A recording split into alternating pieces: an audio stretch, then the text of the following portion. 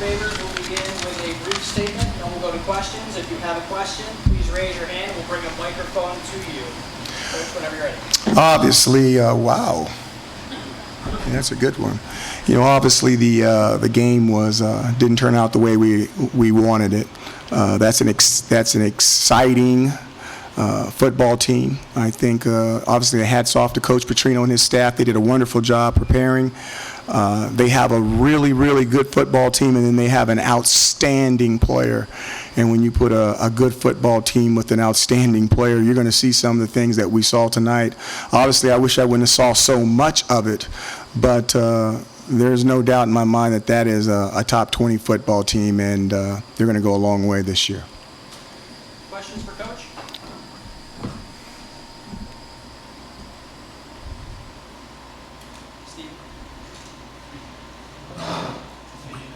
Obviously, Lamar Jackson's an incredible player. On your end, defensively, how do you think you executed the game plan?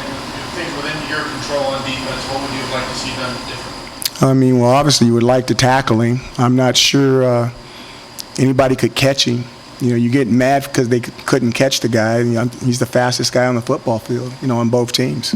He's an exceptional player. I mean, he got into space. I saw him outrun contain, where three guys were exactly where they were supposed to be, and he should have got tackled for a 2-yard loss, and he runs all the way to the other sideline for an 8-yard gain and steps out of bounds.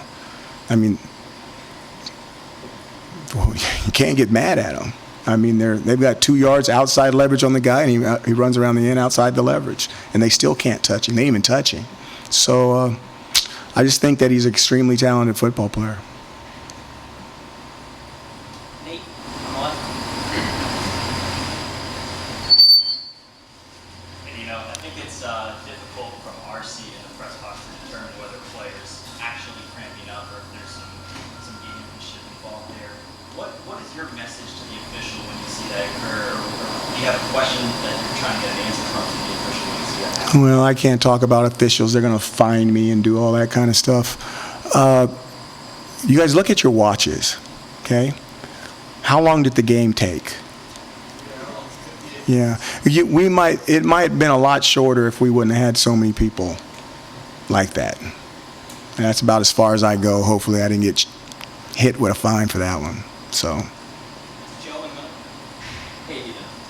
One of the standout plays for Lamar Jackson was the hurdle into the end zone. I believe that was his 5th touchdown. Cordell was isolated on that. That's a highlight that's going to be played a lot. What do you tell a young player like that who gets caught up, like you said, an athlete making a heck of a play on him? And you better hope he makes the Hall of Fame, so you have a signature picture or something like that.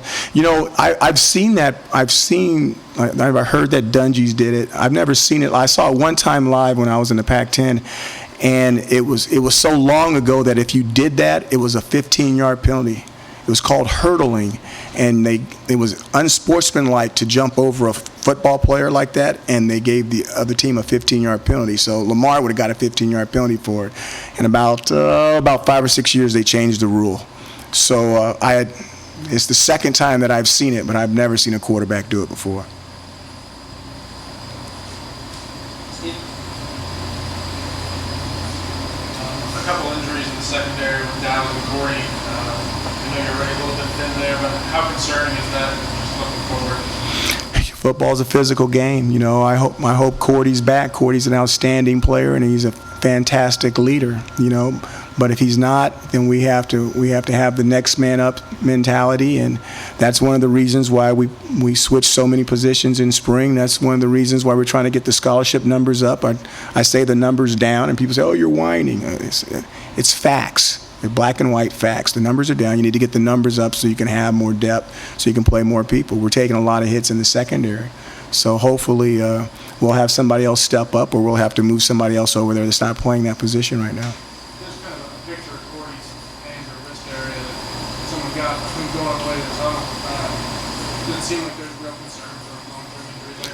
Not sure. He was in the back of our wave when the team got together, the trainers and the doctors. I'm visualizing this. He was all the way in the back of the locker room. I heard there was some swelling on the arm, but that's all I heard. I don't know what the results are yet. Joe and Mel. Hey, Dino.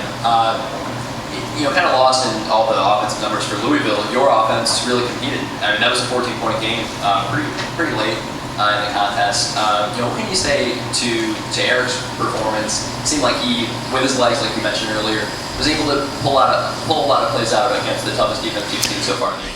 I want to answer that question this way. First of all, I thought our defense, okay, even though the numbers are not good, it was a 14-point game going into the fourth quarter with an amazing quarterback and an amazing football team where they're playing an enormous amount of reps and using the energy that they're using to stay with these guys are amazing. And what we needed to do offensively when we came out in the second half is find a way to get a touchdown. We had to get to 35, and we had to find a way to make it where they felt like they were in a game. As long as they're sitting at 14, they're not tightening up.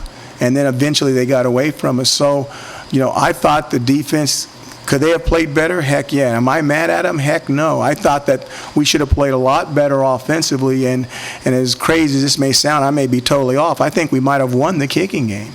I thought the kicking and the punting and the tackling on kickoffs and stuff like that in space was extremely, extremely good. And they had talented athletes out there in space, and we made a lot of plays. We win as a team, we lose as a team. We make no excuses. We understand that we're a little bit different, and the numbers may be alarming to some people, but whether it's a 1-point loss or a 9-point loss, it's still just one loss. And we're La Familia, we're Ohana, and we're family, so we're going to stay together. Other questions for Coach?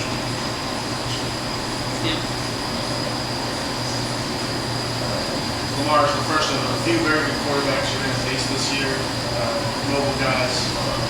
What can you kind of take from this and use as teaching points just to help prepare your defense down the road? We have to go back and watch the tape, okay? I saw some of it. I was up there close. I saw some of it. But we really need to go back and watch the tape. Like I said, the one play I remember is I saw 3 guys in exactly the right position, and it didn't matter. You know what I mean? And what do you do to that? I mean, if you're supposed to be 2 yards outside the guy so the guy can't outrun you, and you're 2 yards outside the guy, you say, well, okay, why don't you go 4 yards outside the guy? Well, if you go 4 yards outside the guy, he'll go up inside, and you'll never get a chance for him. So, I mean, I saw some guys exactly in the right spot, and they couldn't make the play. Now, I also saw some guys out of position. Don't get it wrong. There was mistakes out there. But overall, I think some of those mistakes were created by how talented that young man was. And it's amazing that they had big running backs. I know the running back had a lot of yards. They had big receivers, and one receiver scores on the first play of the game. But what do you remember about that team? One guy. One guy. So, we'll go back.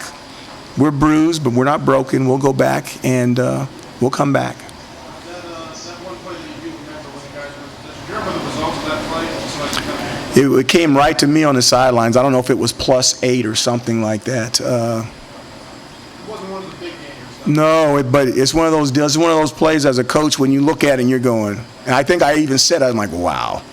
Did he get around? He was Corey. Yeah, he came all the way to us somewhere close to the middle of the field. Yeah. Final question for Coach.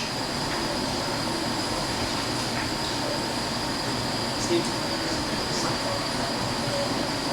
After the Colgate game, you talked a little bit about your running game. Colgate obviously tried to take that away.